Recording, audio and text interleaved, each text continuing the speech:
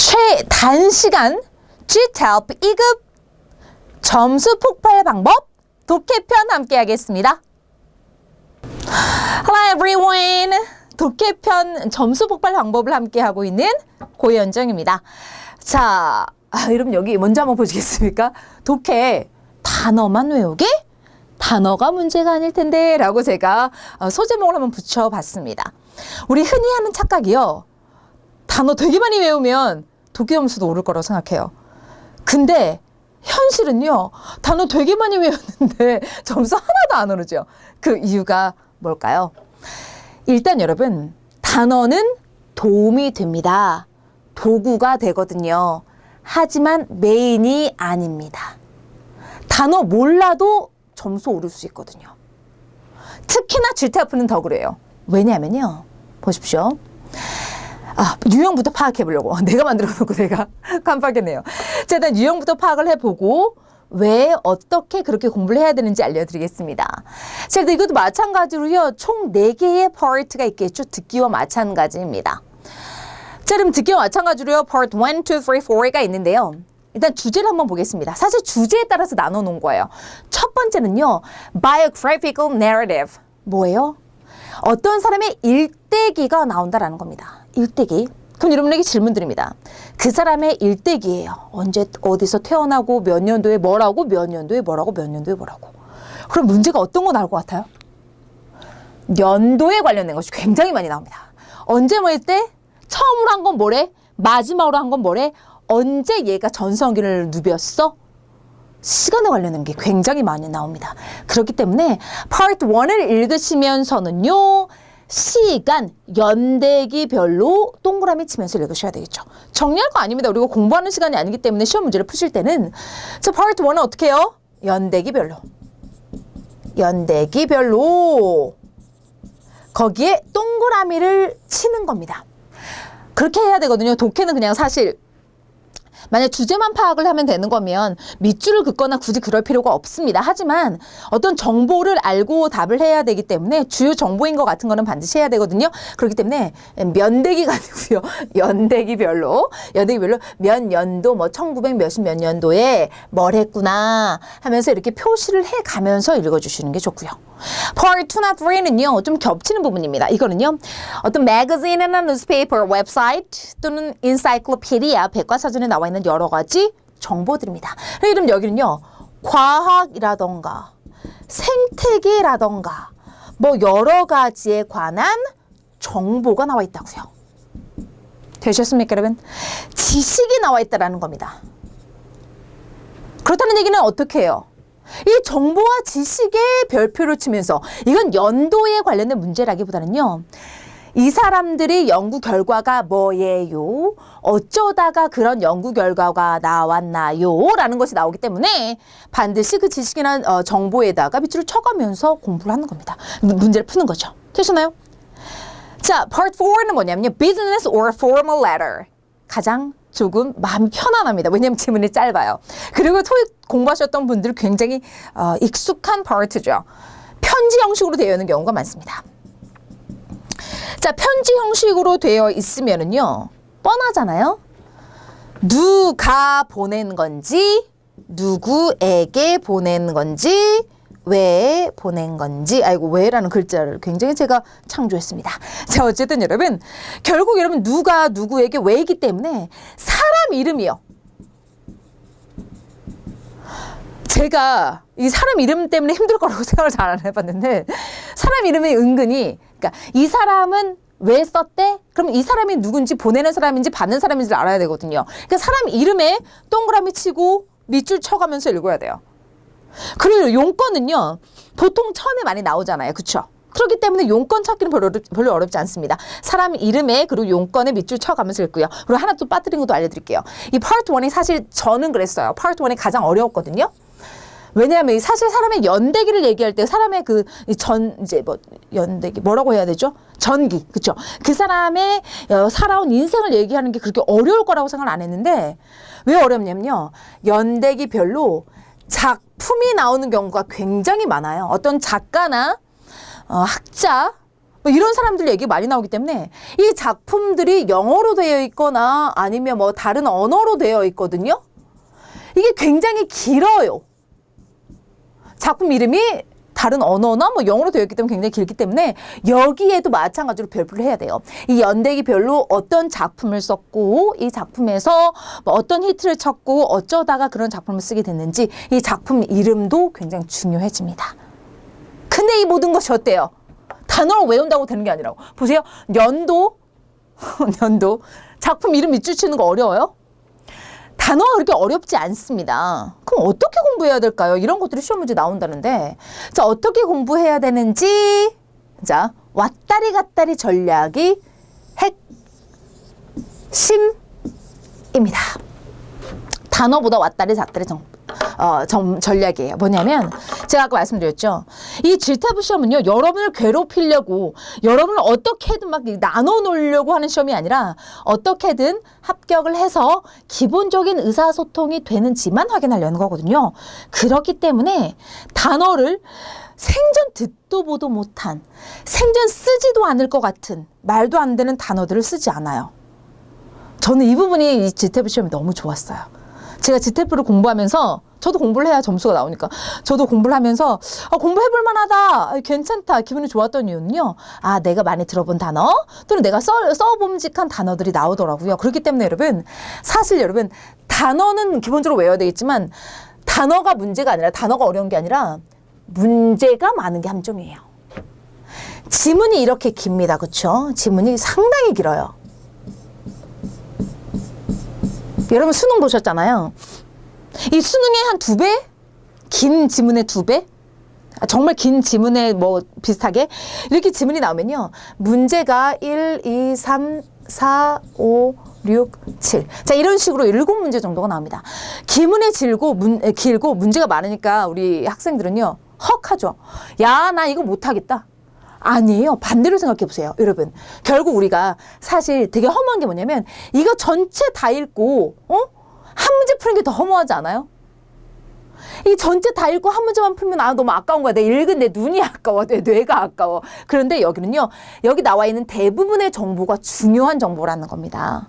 그래서 한두 줄만 읽어도 한 문제 풀 수 있고요. 또 한두 줄 읽으면 또 2번 문제 풀 수 있고 또 한두 줄 읽으면 3번 문제를 풀 수 있고 그래요. 그러려면 문제는 뭐냐면 내가 어디에 어떤 정보가 나온지 모르기 때문에 여기 있는 문제를 기본적으로 문제를 기억하는 거. 문제를 얼마나 잘 기억하고 있느냐에 따라서 여러분이 맞는가나 틀리는가거든요. 보세요. 만약에 문제를 기억하지 못한 채로 지문을 읽습니다. 지문을 읽으면요. 다 읽고 나서 다시 문제 읽죠. 다시 문제 읽으면 다시 한번 또 가서 읽습니다. 난리 나요. 그러지 말고요. 저는 어떻게 하냐면 문제를 대충 읽어요. 문제를 기억하기 위해서 대충 한번 읽어요. 문제를 대충 한번 읽어요. 자세히 읽지 않습니다. 어차피 읽어도 기억이 안 납니다. 여러분 어차피요. 대충 한번 읽고 나서 지문 읽고 문제 읽고 지문 읽고 문제 읽고를 왔다 갔다 하셔야 돼요. 한두 줄 읽다가 문제가 뭐였지? 또 한두 줄 읽다가 문제 또 관련된 거 없었나? 한두 줄 읽다가 또 문제 없었나? 왔다 갔다 하셔야 된다는 얘기입니다. 마치 소잉처럼요. 지문 읽다, 문제 읽다, 지문 읽다, 문제 읽다 이렇게 왔다 갔다 하셔야 여러분이 맞춰서 문제를 풀 수 있다는 겁니다. 시간이 부족해서 눈물 콧물 짜면서 나오는 일이 없으려면 왔다 갔다 하셔야 된다는 얘기예요. 왔다리 갔다리 정법입니다. 여기 왔다리 갔다리 보이시죠? 왔다리 갔다리. 자, 두 번째 이름이 어려운 게 함정. 이건 아까 제가 말씀드렸죠. 이름이 어려운 게 함정인데 근데 그래도 단어 모르는 것보다는 낫죠? 단어 몰라서 이해가 안 되는 것보다는 이름이 어려우면 표시만 해놓으시면 됩니다. 표시 이렇게 동그라미 표시만 해두시면 돼요. 이름을 읽고 있는 사람 없겠죠. 제레미 코스메 이렇게 읽으실 필요 없습니다. 이름이구나 해서 표시해 두시면 되는 겁니다. 자, 밑줄 긋기.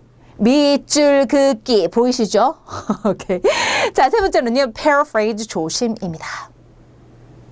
이것 때문에 저도 처음에 공부할 때 고생 좀 했습니다. paraphrase는 영어의 핵심입니다. 미국인들은요. 말장난하는 걸 굉장히 좋아해요. 그래서 제가 이제 그 외국인 친구들을 사귀면서 그 친구들이 저한테 했던 말이 너는 말장난을 되게 잘해서 좋아. 나의 이 말장난을 이해해줘서 너는 너무 말에 센스가 있어서 좋아하면서 친구들이 점점 많아졌거든요. 말장난 되게 좋아해요. 말을 여기서 하고 여기서 다르게. 문제와 그리고 보기에서 다르게 합니다. 이 패러프레이즈라는 거는 이제 말을 달리 한다는 거거든요. 무슨 말이야? 마음의 준비하십시오. 연습 한번 해보겠습니다. 자, 예를 들면요. 지문에서 dangerous 어쩌고 나왔어요. 근데 보기에는 dangerous라는 단어가 안 나옵니다. hazardous라고 나와요. 근데 이건 기본이죠. 위험한이란 뜻이거든요. 같은 뜻의 다른 단어들이 있을 수 있으니까 이런 패러프레이즈는 너무 기본인 패러프레이즈입니다. 두 번째 보십시오. 지문에서 이렇게 나온 거예요. He made his performance in a cafe. 그는 그의 공연을 카페에서 했습니다. 라고 했거든요. 근데 질문에 뭐가 나오냐면 보기에는 그의 재능이 소개가 되었습니다. 대중에게. 여러분, 이 카페라는 장소를 대중에게 소개하는 장소라고 생각해야 된다는 얘기예요. 카페는 나 혼자 있는 장소가 아니라 사람들이 있는 장소니까 이 카페에서 내가 공연을 했다는 거는 사람들에게 그 사람의 재능을 선보였다는 거구나. 이렇게 생각할 수 있어야 된다는 얘기거든요. 그러니까 여러분, 이 패러프레이즈는 제가 가장 오래 문제 풀면서 가장 오래 걸리기도 했는데 마음의 준비하셔야 돼요. 얘네 분명히 말 꼬았을 거다. 말장난했을 거다. 분명히 말을 이렇게 바꿨을 거다. 이게 미국 언어의 특징이기 때문에 어쩔 수가 없어요. 바꿨을 거다라고 마음의 준비를 하셔야지 우리 옛날처럼 보기에 있는 단어와 지문에 있는 단어 비슷하면 찍고 이게 절대 통하지 않는다는 겁니다. 이거는 연습을 통해서 충분히 할 수 있어요. 지문을 몇 번 읽다 보면 이렇게 말 꼬는구나. 이렇게 말 꼬았구나. 파악하실 수 있을 겁니다. 마음에 준비해 주세요. 자, 그리고요. 독해에서 어휘 문제가 2개씩 나오는 거 아십니까, 여러분? 지문 하나에 문제가 7문제씩 나오는데 5개는 내용하고 관련이 되어 있고요. 2개는 어휘와 관련이 되어 있습니다. 자, 그러니까 뭐냐면 이 부분도 제가 굉장히 어려웠던 부분 중에 하나예요. 이 최상의 어울림 단어 하나라는 게 무슨 말이냐면 너무 당연한 얘기지만요. 자, 제가 실제로 겪었던 일입니다. 여기 이렇게 밑줄 딱 쳐가지고요. 이거의 의미를 파악해가지고 1, 2, 3, 4 이렇게 중에 고르는 거예요. 그런데 이 단어만 보면요. 제가 힘들었던 이유 설명드립니다. 1번도 될 것 같고 3번도 될 것 같이 이렇게 비슷하게 분명히 쓰려고 하면 쓸 수 있는 단어를 꼭 2개씩 남겨놔요. 2개는 딱 알겠어. 2개 틀린 건 딱 알겠어. 근데 이거 2개 중에 헷갈리는 걸 꼭 만들어놔요. 되게. 그런데 여러분 여기서 되게 중요한 것은 뭐냐 하면 1번도 될 것 같다. 3번은 확실히 되는 거 맞아. 근데 1번도 안 되라는 법은 없지라는 게 오답입니다. 이 생각 되게 중요해요. 저 굉장히 처음에 받아들이기 힘들었던 게 이게 왜 안 돼? 이게 왜 안 돼? 근데 여러분 영어 시험입니다. 시험의 기본은 뭐냐면요. 최상의 단어, 답을 하나를 찾아야 된다는 거예요. 사실 그거 제가 중학교 때부터 굉장히 도움을 받았던 생각인데 1, 2, 3, 4, 5번 중에서 이것도 우기면 될 수 있는 답들이 하나씩 더 있어요. 그건 답이 아니에요. 무조건 최상의 답이 하나 있다는 겁니다. 잘 와닿지 않죠? 예시 볼게요. In the context of the passage, passage의 context 안에서 devoted는 무슨 뜻일까요? 라는 거거든요. devote라는 거는 뭐예요? 헌신하다라는 거거든요. 헌신하다. 무언가를 쏟아 붓는다라는 겁니다. 썼다, 희생했다, 적용했다, 가져왔다.